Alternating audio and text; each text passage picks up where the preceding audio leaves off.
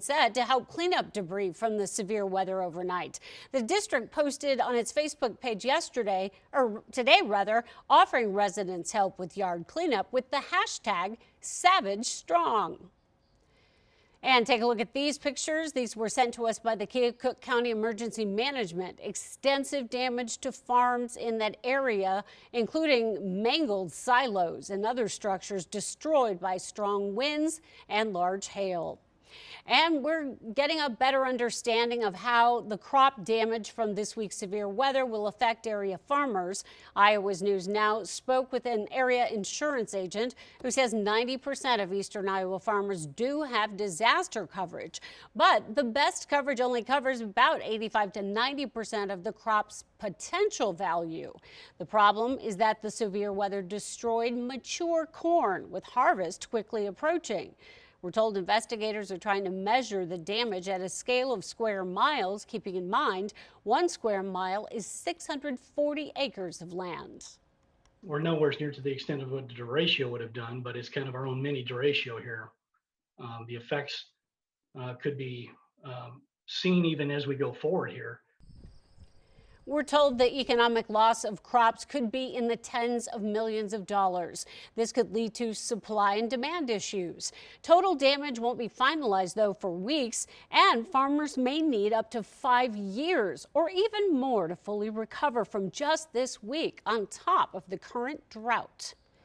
And now an update on the Quad Cities Bridge project that's been years in the making. The last steel beam is now set in the new Interstate 74 bridge connecting Bettendorf and Moline, Illinois, over the Mississippi River. Take a look. You're seeing file video now of the construction groundbreaking. That was back in 2017. The Quad City Times now reports workers are on target to finish the eastbound span and have both bridges open to traffic by the end of the year. The new bridge will also feature a 14-foot wide bike and pedestrian lane. Looking ahead to the weekend, Vermont Senator Bernie Sanders will visit eastern Iowa. The Independent is holding a town hall in Cedar Rapids on Sunday as part of a swing through reliably red states, promoting Democrats' $3.5 trillion budget reconciliation proposal that's packed with progressive initiatives and financed by higher taxes on the rich. Senator Sanders has long argued that steep federal spending and bigger government can improve the lives of working class Americans and win back the kind of voters who flock to former President Trump. I'm James Rosen on Capitol Hill. Senior Pentagon officials are speaking out about whether the Taliban might have played some role in Thursday's mass casualty attack in Kabul, while the top House Republican is hammering the commander-in-chief as weak and incompetent.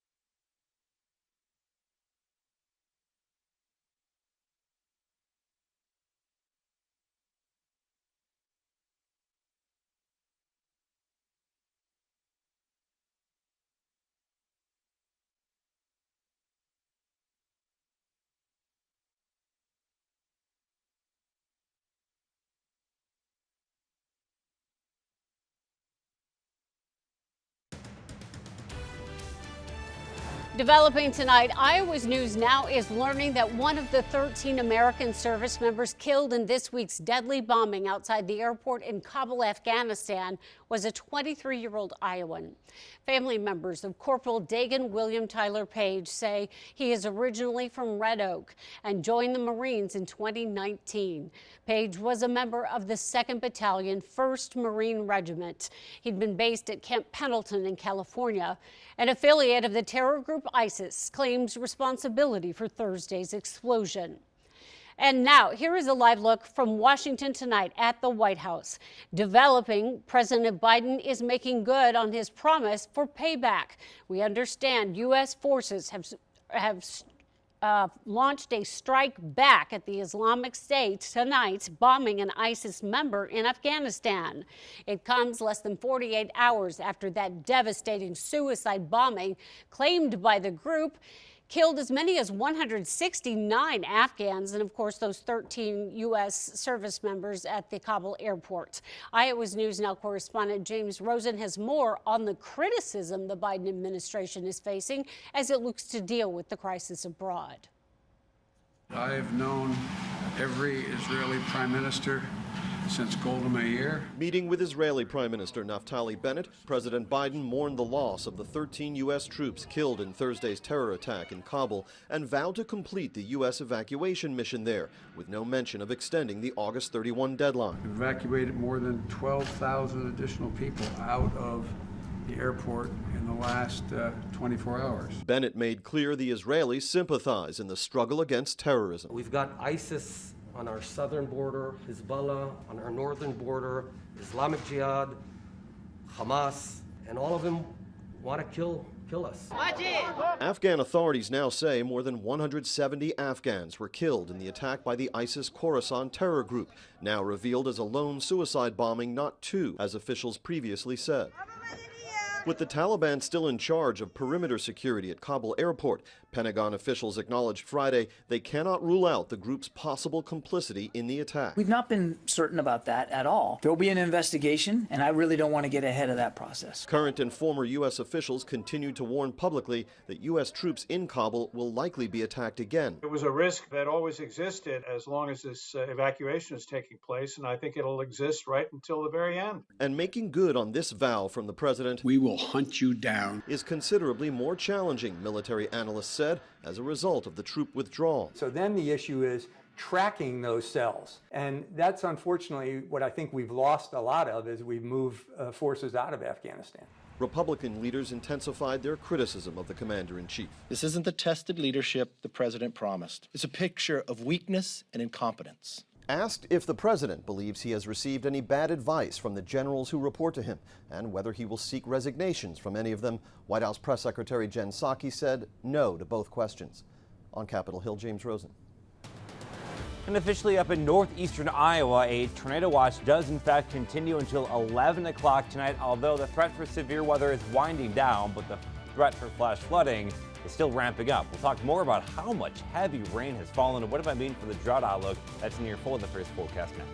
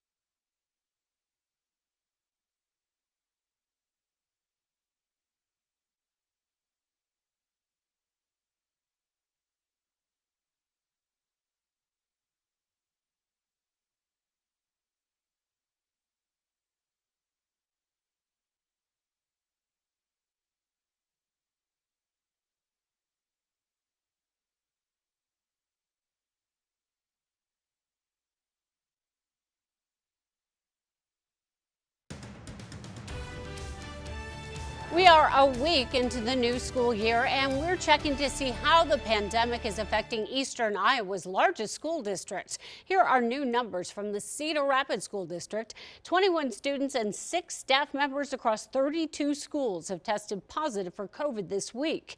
Any students or staff exposed to those cases do not need to quarantine unless they show symptoms of possible infection. The surge in new COVID cases is colliding with an unseasonable epidemic of RSV. It's a respiratory illness that's putting some children in hospitals, some of them overcrowded. Mandy Gaither has the story. It's a collision of viruses overwhelming some pediatric hospitals across the country. First, those battling COVID-19. We're seeing many more children admitted who are very sick from this than we've seen at any point prior in the pandemic. On top of that, some hospitals reporting children also being infected with a second virus at the same time, usually a respiratory sickness. The CDC warned doctors last June of a growing number of RSV cases across the South.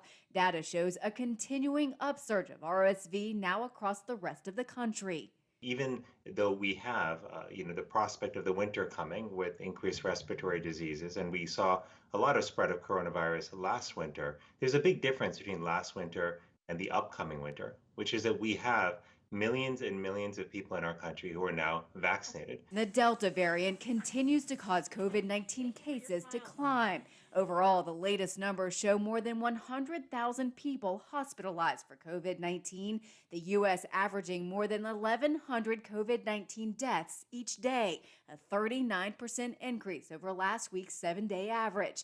Health experts continue to say vaccines are the best protection and also help protect those who are too young to get vaccinated. I have seen a lot of people change their minds and change their attitudes towards COVID-19 vaccination with how many young people are going into our hospital systems right now.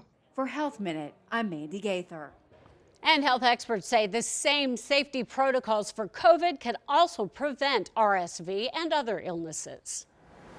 And right now, things are quiet here in eastern Iowa. The threat for severe weather is well off in our northern counties right along the Minnesota border. If you've been in Iowa City, what's severe weather? It's been perfectly fine all day today. We had lots of sunshine and it's still very warm. 82 degrees current temperature, dew point at 73. Very warm, very muggy. That was the fuel for storms that are still ongoing off to the north. In fact, there is a tornado warning just across the Mississippi River over in Grant County, Wisconsin.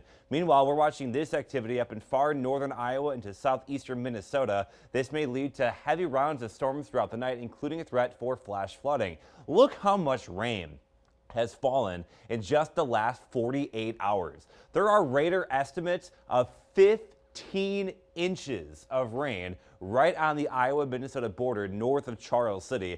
Widespread 7 to 8 inches across a very large portion of the area. It's almost a good thing that at least part of the area is relatively dry, because had our rivers been at a normal state, we would likely be dealing with widespread river flooding. But today, the threat was severe weather. We did have this tornado that fell over today in Marble Rock. We did have some reports of damage near Marble Rock as well, including liquid propane tanks that were ruptured and a few farmsteads that were hit as well. We're going to continue to follow those stories. Otherwise, here's another photo of the severe weather from Carrie Redjay. This photo from Reedland. You can kind of see the big shelf cloud there. A lot of our storms also did produce some strong wind gusts of 60 miles per hour. Now, heading into tomorrow, the severe threat finally winding down some. We should see a lot of sunshine throughout the day. It's going to be warm and muggy once again. Temperatures back into the low 90s, but the threat for rain isn't really there tomorrow until well after sunset. Here's what it looks like from the Storm Prediction Center. There is a severe weather threat off to our northwest and north. That's the greatest threat for severe weather tomorrow. There may be some lingering showers late tomorrow night in our area, but for the most part, they should be in a weakening state by the time that they get here. We'll time it out for you with our predictor. Notice some showers ongoing tonight up in far northeastern Iowa. Again, there will be a threat for some flash flooding up that way. Heading to your day on Saturday, we do expect a lot of sunshine, southwest winds, bumping up those temperatures back into the 90s. It's going to be a hot and humid afternoon, a bit breezy as well, but south wind gusting as high as 20 miles an hour. 7-day forecast. We got low 90s tomorrow, mid 80s on Sunday, another chance for showers, especially early. Low 80s on Monday with another chance for rain coming in on Tuesday. Then finally, temperatures cooling down some. Good to know. Thank you, Nick. In Marion tonight, police are investigating the death of an infant. Officers responded to a call at the Azure Apartments on 10th Street and Boyson Road yesterday about a baby who was unresponsive. Marion Fire, Rescue, and area ambulance crews also responded and worked to try and resuscitate the infant. But the baby died at the scene. Police say they are investigating the circumstances around the baby's death and that an autopsy will be conducted. Today marks 3 months since 11-year-old Xavier Harrelson of Montezuma vanished outside his home. Now, a volunteer is asking everyone to help spread the word in 3 ways: email friends, share social media posts, or hand out flyers with Xavier's picture. Organizers say it's important to keep on asking, where is Xavier? For other ways to get involved, you can head to Xavier Harrelson on Facebook, Finding Xavier Harrelson on Facebook. Anyone with information is asked to call the Poweshiek County Sheriff's Office at 641-623-5679. And now to a bizarre story out of Illinois, where police begin digging up the backyard of a Chicago area home after 2 brothers claim they buried their mother and sister there. They say the pair got sick and died, but the state has no record of those deaths. Liz Nagy reports. Behind the crumbling facade of this otherwise nondescript suburban home, police say they walked into an unlivable, disgusting mess. It was multiple liters of urine. There was no running toilets. Every room, at the front door, the back door, were completely barricaded with debris, boxes. It was a call from the water department that prompted police to drop by, but neighbors mentioned they hadn't seen one of the brothers who lives there in days. Sunday to today, we know it's 1,000,000 degrees in there. So we started getting extremely concerned about whether maybe they had passed. They tried talking to him. They tried to go into the house. He didn't want them going in the house. But they needed to check on his German Shepherd. They came back out right away and put on whole full hazmat suits. He said he had another brother upstairs who had some health issues. As police treated him, the brother known by neighbors told police his mother and sister had also lived with them. And he goes, well, they got sick, they died, and we just buried them in the backyard. That's when mobile command centers rolled in and the dilapidated home turned to preparation for an excavation site. Based on what we're told at this point in time, I would be surprised if they're not there. The brothers say their mother was in her 70s and died of COVID in 2019. They also say their 44-year-old sister hit her head and died. Authorities are investigating this as a homicide. Both brothers have been taken to a hospital for physical and mental evaluations. How much is the U.S. trusting the Taliban to keep Americans safe in Afghanistan? I'm Ajral Nashar on Capitol Hill with what the U.S. is sharing and why.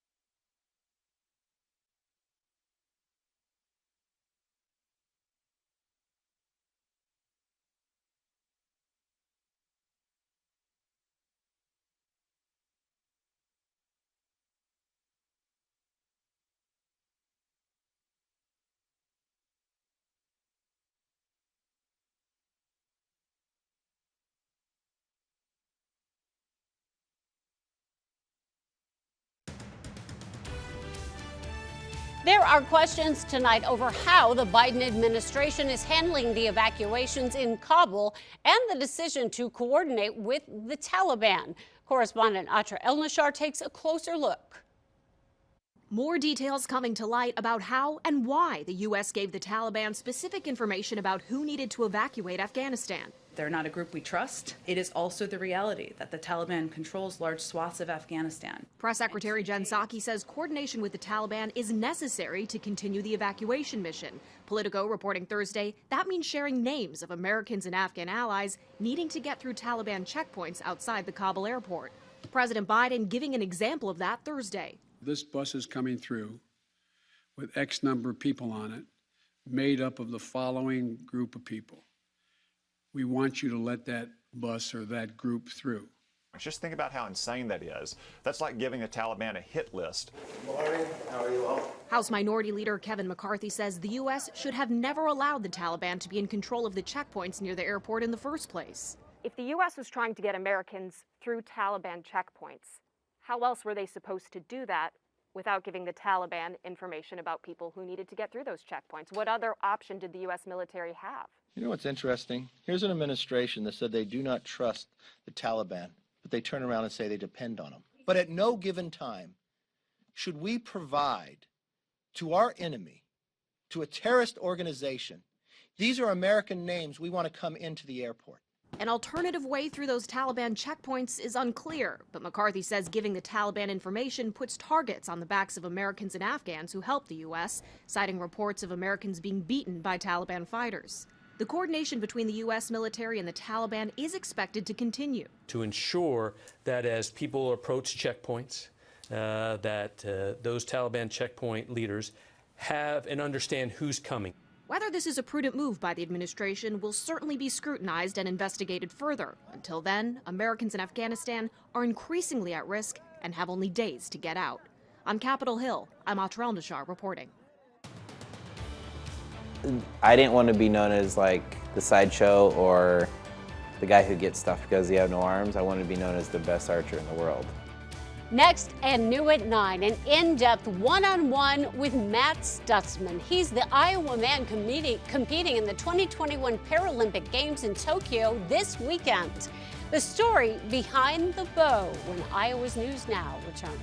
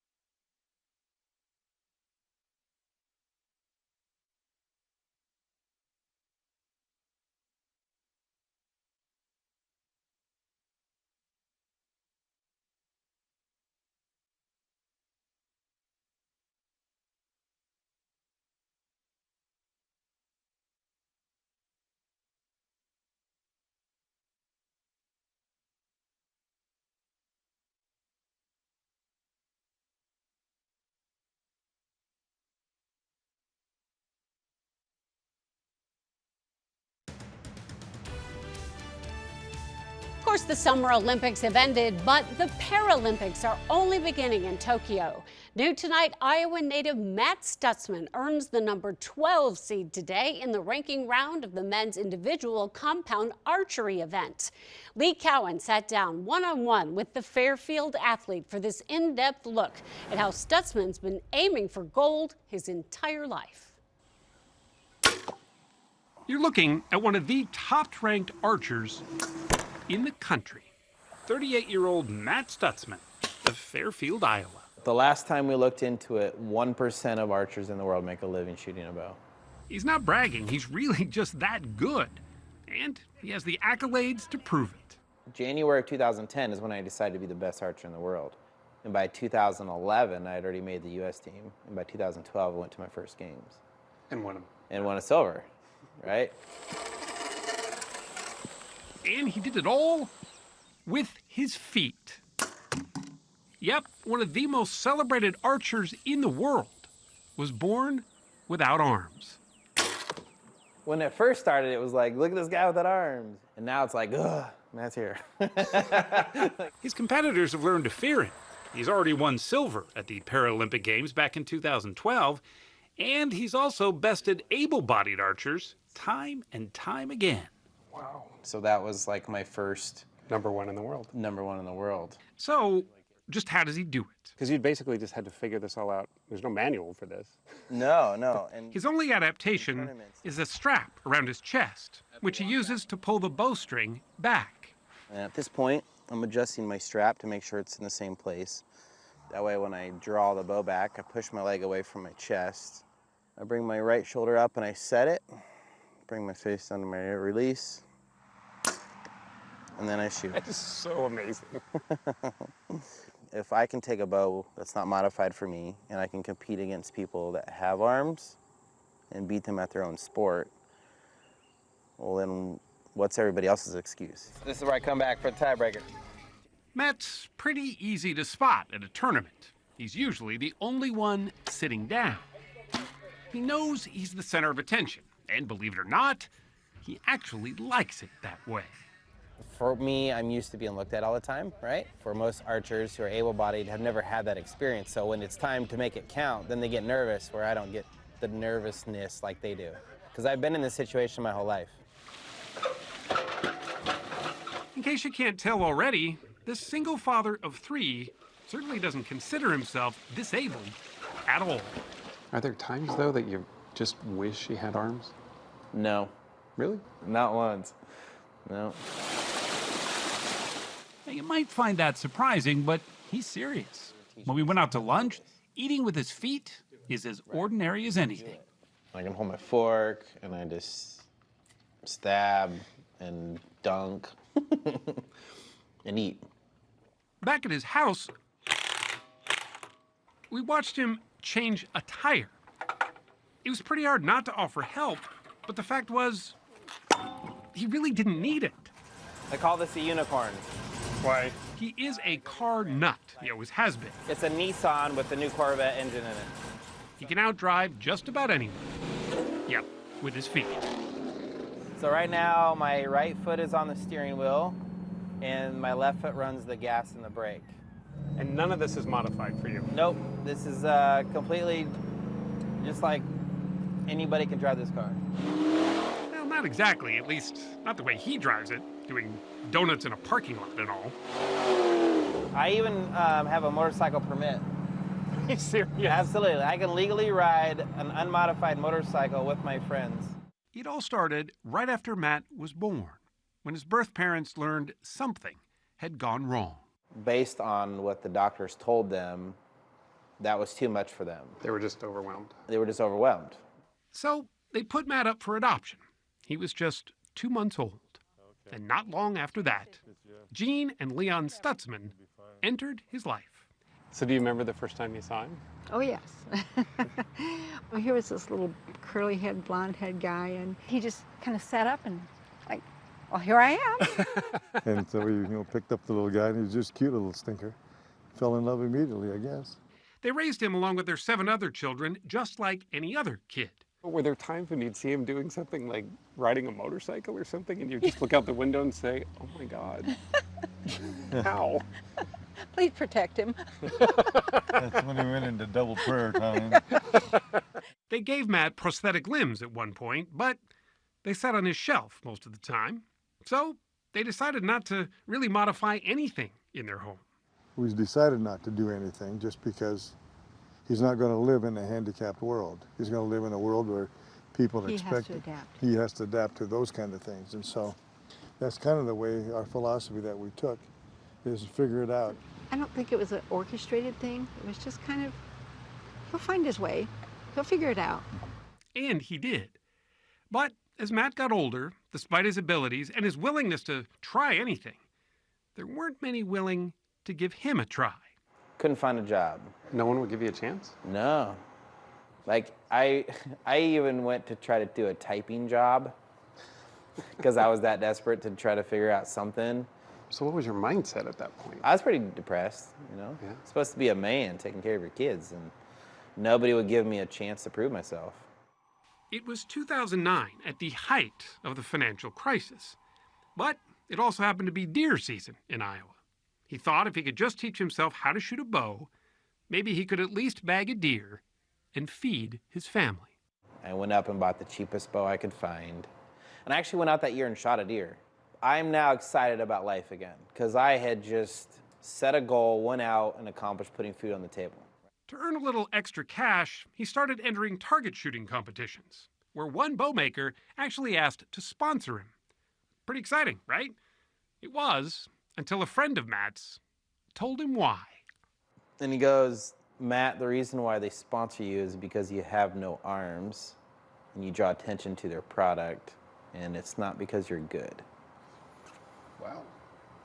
The reality was I wasn't that good. And I didn't want to be known as like the sideshow or the guy who gets stuff because you have no arms. I wanted to be known as the best archer in the world. That's where it clicked. And that's where it clicked for me. I'm like, hey, I'm going to prove everybody wrong. I'm going to show them that I am the best and that I deserve sponsorship because I'm the best, not because I'm unique or different. This week, he'll be aiming for gold at the Paralympic Games in Tokyo. And while he says getting a medal would be nice, that's not all he's after anymore. I started archery just to provide for my family, right? So, but now I've seen it's much bigger. So when someone with a disability comes up to me saying they saw me do this or that, and now they can do that, then it makes me feel good about myself. Yeah, that must be really It's like the feeling is, it's almost better than winning. Like, what is defining of the best archer in the world? The best archer in the world is somebody who changes the sport, makes it better, or changes people that watch what you do and make them better. In my mind, that's considered the best archer in the world. This is Stutzman's third time participating in the Paralympic Games. Round 16 of the men's individual compound finals just got underway in Tokyo a little over an hour ago. Iowa's News Now is back after this.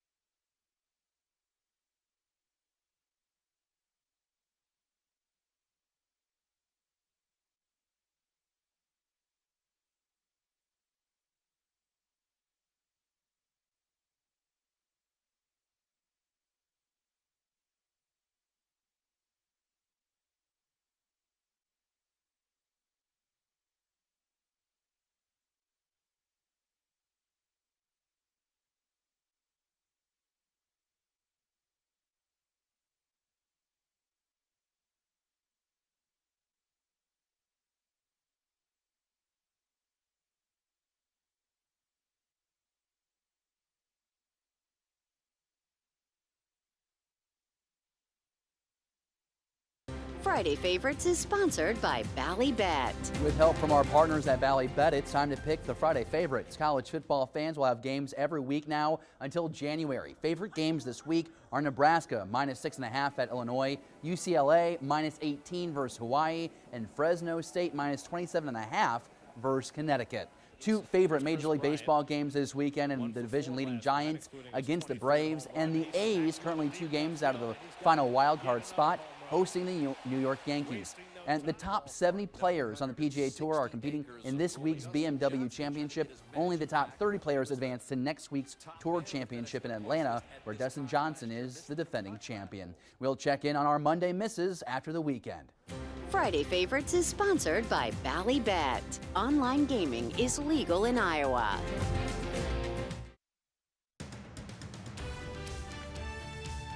Tonight is the kickoff for high school football in eastern Iowa, with games all over. And with football come other traditions.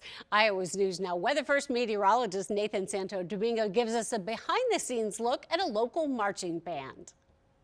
The return of high school football brings with it so many traditions: the cheerleaders, the student section, and of course my personal favorite, the marching band. Earlier this week, I went up the road to Independence to visit the Mustang Marching Band. Here's a sneak peek of their performance that they're putting together this year under the direction of Joel Knipe.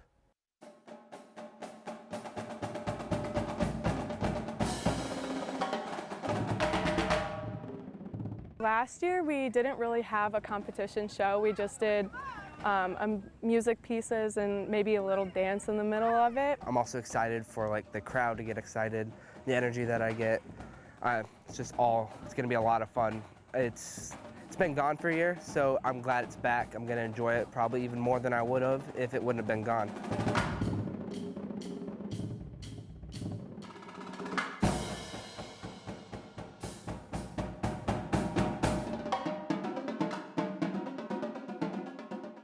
I'm so excited to finally be back into competitions and stuff, and just the whole atmosphere of the crowd watching you perform is so different than it was last year. I know our football team is really excited to have things back to normal as well. Talk about the theme, the music that you're playing, what we can look forward to. So it kind of starts off as just a kingdom, and it's just kind of quiet, where I guess it's kind of a peaceful kingdom. And then pretty soon a warlike kingdom just slowly invades until the very end of the show, where I don't know if I should spoil it or not, but I guess they get dethroned and it's just an all-out battle.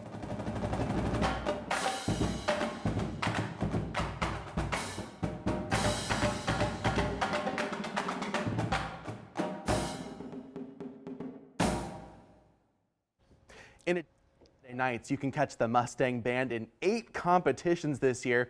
First up will be the Marion Marching Invitational. That's in the final week of September. Thank you, Nathan. And as always, you can catch the highlights from high school football games tonight on the Eastern Iowa OT on Fox 28 beginning at 10:30. We're covering a dozen games across the area. And for the most part, the weather cooperated as long as you were south of Highway 20. Up to the north, though, we are still dealing with showers and thunderstorms. We'll talk about when these storms finally depart, what's in store for the weekend, and more on a big tropical disaster looming early next week. That's in your Weather First forecast next.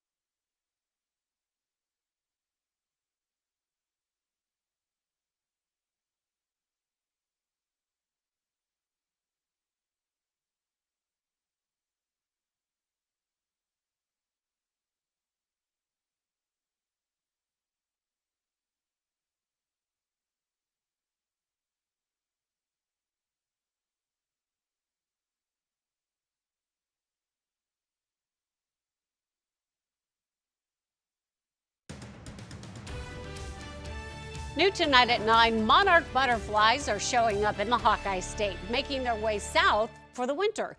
Unfortunately, their population is drastically declining. Jefferson County Conservation has a monarch watch program. The agency works alongside citizens to catch monarchs using butterfly nets. But then the monarchs are tagged with stickers that provide tracking and other information about these pollinators. One naturalist says the decline is due mainly to a loss of habitat, but there are ways you can help. And so it's really important that even in people's backyards, don't forget to plant the native plants. If you'd like to help track the next cycle, Jefferson County is hosting a tagging event at Zillman's Hickory Hills, September 14th at 6 p.m.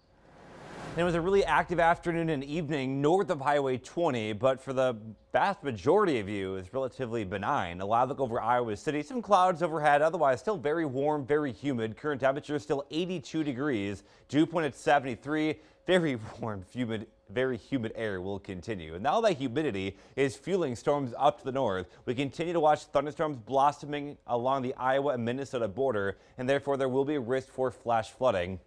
Again, radar estimates over the last 48 hours, upwards of 15 inches of rain has fallen just north of Riceville. Widespread 8 to 10 inches of rain has fallen in a very short period of time. Now, rivers are on the rise.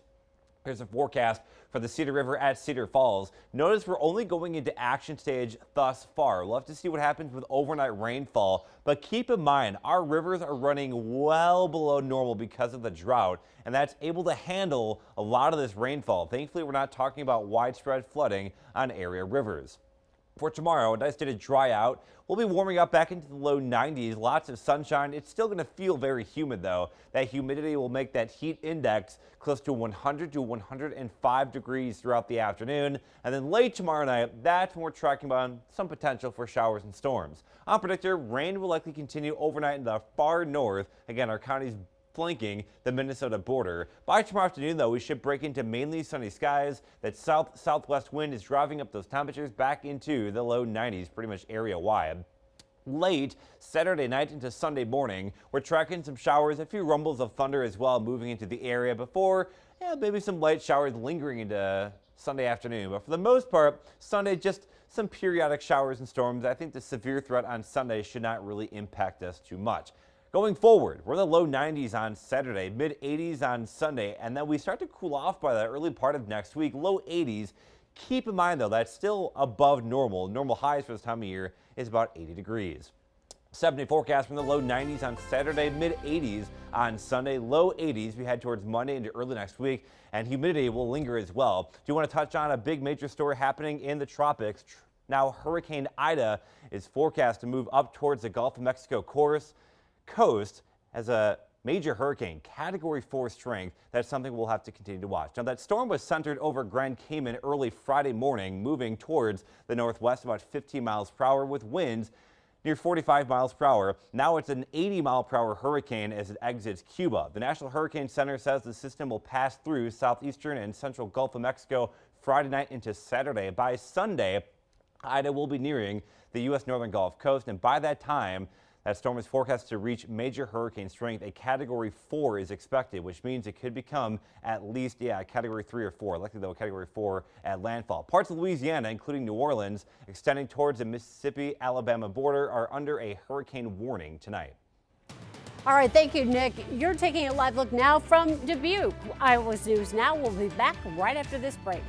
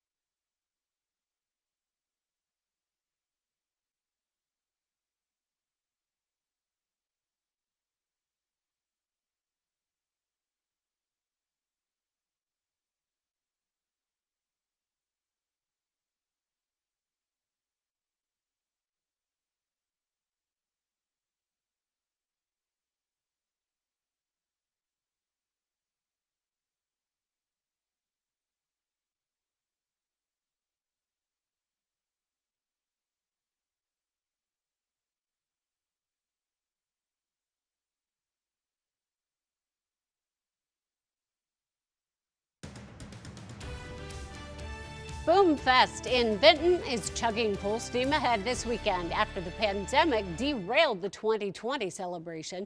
Thousands of visitors will converge on the town tomorrow for one of the biggest fireworks displays in the Midwest. The shows are more than an hour long and choreographed to music. They can be seen for miles, but the best seats are in the Benton County Fairgrounds grandstand.